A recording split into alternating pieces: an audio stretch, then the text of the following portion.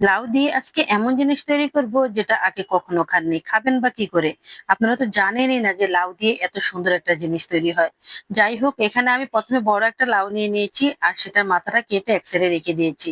কারণ এই মাথাটা দিয়ে আমি আরেকটা রেসিপি তৈরি করব। আর এখন যে লাউটা কেটে নিচ্ছি এটার বাকলটা দিয়েই কিন্তু আমি রেসিপিটা তৈরি করব। বাকল তো সবসময় ভাজা করে খেয়েছেন। কখনো আমার মতো করে খেয়ে দেখেছেন? একবার যদি খেয়ে দেখেন তাহলে বুঝতে পারবেন। ভিডিওটা সম্পূর্ণ দেখুন, তাহলে আপনি নিজেও এভাবে বানিয়ে খেতে পারবেন। আসসালামু আলাইকুম, কেমন আছেন সবাই? আশা করি ভালো আছেন। আলহামদুলিল্লাহ আমিও ভালো আছি। আমি এখানে লাউয়ের বাকলটা ছাড়িয়ে নিচ্ছি। একটু মোটা মোটা করে ছাড়াচ্ছি, যেহেতু যেটা আমি বানাচ্ছি সেটা কিন্তু একটু মোটা করে কাটলে অনেক ভালো হয় খেতে।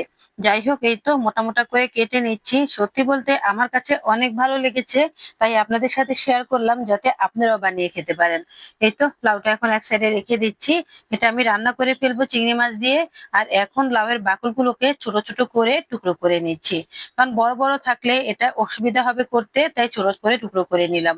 যাই হোক, টুকরো করা হয়ে গেছে আর একটা বাকলও কিন্তু আমি ফেলিনি। আর আজকে আমি যে রেসিপিটা তৈরি করব, আপনারাও চাইবেন না লাউয়ের একটু বাকলও আপনি ফেলে দিতে, কারণ এতটাই মজা হয়। যাই হোক, এখন বলের মধ্যে নিয়ে নিলাম আর এখন পানি দিয়ে ভালো করে ধুয়ে নেব। এদিকে আমি একটা কড়াই বসিয়ে দিয়েছি, তার মধ্যে দিয়ে দিলাম একটু করে তেল আর সাথে দিয়ে দিলাম কালো জিরা ফোড়ন। কালো জিরাটা যখন একটু ফুটে উঠেছে তখনই দিয়ে দিলাম পেঁয়াজ কুচি, রসুন কুচি আর সাথে দিয়ে দিলাম কাঁচামরিচ আর শুকনা মরিচ। আর এখন ভালো করে নেড়ে চেড়ে সেগুলো একটু ভেজে নিয়েছি। আর এবার দিয়ে দিলাম লাউয়ের খোসাগুলো, তার মধ্যে দিয়ে দিলাম একটু করে লবণ আর সাথে দিয়ে দিলাম একটু করে জিরের গুঁড়ো। ব্যাস, আর কিছুই দেব না। এখন ভালো করে একটু সিদ্ধ করে নেব। তার আগে কিছুক্ষণ ভেজে নিলাম আর এবার দিয়ে দিব পরিমাণ মতো পানি। পানিটা অল্প করে দিলেই হবে, কারণ লাউয়ের খোসা অল্পতে সিদ্ধ হয়ে যায়। এই তো অল্প করে পানি দিয়েছি আর এখন ঢাকনা দিয়ে রেখে দেব কয়েক মিনিট। তারপরে লাউয়ের খোসাটা সিদ্ধ হয়ে যাবে। যে কোনো তরকারির খোসা কিন্তু আমাদের শরীরের জন্য অনেক উপকার।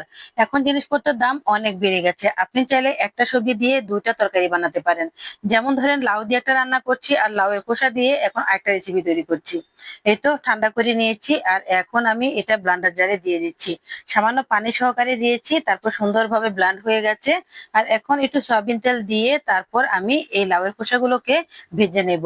একদম মিহি হয়ে গেছে আর এটা ভাজতে ভাজতে একদম শুকনো করে ফেলবেন। যাই হোক, এই তো ভাজা শুরু হয়ে গেছে। ভাজতে ভাজতে যখন শুকনো হয়ে যাবে তখনই দেখবেন এটা সুন্দর একটা গ্রান বের হচ্ছে। এত সুন্দর গ্রান বের হচ্ছে, কালোজিরা দেওয়াতে এই ভর্তাটা খুবই মজা হয়েছে। আমি কিন্তু একটা জিনিস স্কিপ করে গেছি, সেটা আপনাদেরকে দেখাতে পারিনি কারণ আমার ভিডিওটা কেটে গেছে। সেটা হচ্ছে আমি এখানে সামান্য করে একটু বেসনের গুঁড়া দিয়েছি। আর এতে করে এই ভর্তাটার স্বাদ দ্বিগুণ বেড়ে গেছে। আপনারাও কিন্তু এই কাজটা করবেন। যারা আমার ফুল ভিডিও দেখছেন তারা অবশ্যই বুঝতে পারবেন। যাই হোক, এখন আমি দিয়ে দিলাম একটু করে ধনিয়া পাতা। ব্যাস হয়ে গেল। দেখেছেন কতগুলো লাউয়ের খোসা দিয়ে বানিয়েছি আর অল্প একটু ভর্তা হয়ে গেছে। আর এই ভর্তাটা নিয়ে ঘরে কাড়াকাড়ি পড়ে গেছে, এতটাই মজা হয়েছে। যাই হোক, আমি এখন সবগুলো একসাথে দলা পাকিয়ে নিলাম, তারপর সুন্দর করে তুলে নিয়েছি।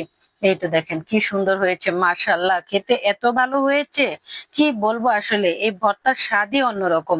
অন্যান্য ভর্তার চাইতে এই ভর্তা খেতে এত যে ভালো হবে এটা আমি কল্পনাও করিনি। আমি তো এখন থেকে লাউয়ের খোসা আর ফেলবো না, আপনিও ফেলবেন না। দেখেন কত সহজ ভাবে ভর্তাটা বানিয়েছি, কোনো রকম বাটাবাটির ঝামেলা নেই। একদমই সহজ। এই সহজ ভাবে এই ভর্তাটা বানিয়ে নিলে এটা দিয়ে আপনি 2 প্লেট ভাত খেলেও আপনার মন ভরবে না। দেখেছেন কত সুন্দর হয়েছে, ভেতরটা কতটা রুচি হয়েছে। আর বেসন দেওয়াতে ভর্তাটা আরো স্বাদ বেড়ে গেছে। বেশি করে বানালে 2-4 দিন রেখেও খেতে পারবেন, একটু নষ্ট হবে না আর এই ভর্তার স্বাদের কোনো পরিবর্তনও হবে না। এতক্ষণ ধৈর্য ধরে যারা আমার ভিডিওটা দেখেছেন তাদেরকে অসংখ্য ধন্যবাদ। আর এই তো ভর্তাটা তৈরি হয়ে গেছে। কেমন হয়েছে লাউয়ের খোসার ভর্তা অবশ্যই কমেন্ট করে বলবেন, সাথে ভালোবেসে একটা লাইক দিয়ে দিবেন। আর বেশি ভালো লাগলে শেয়ার করে রেখে দিবেন, তাহলে পরবর্তীতে আর খোঁজাখুঁজি করতে হবে না। ভালো থাকবেন সবাই, আজ এ পর্যন্তই। আল্লাহ হাফেজ।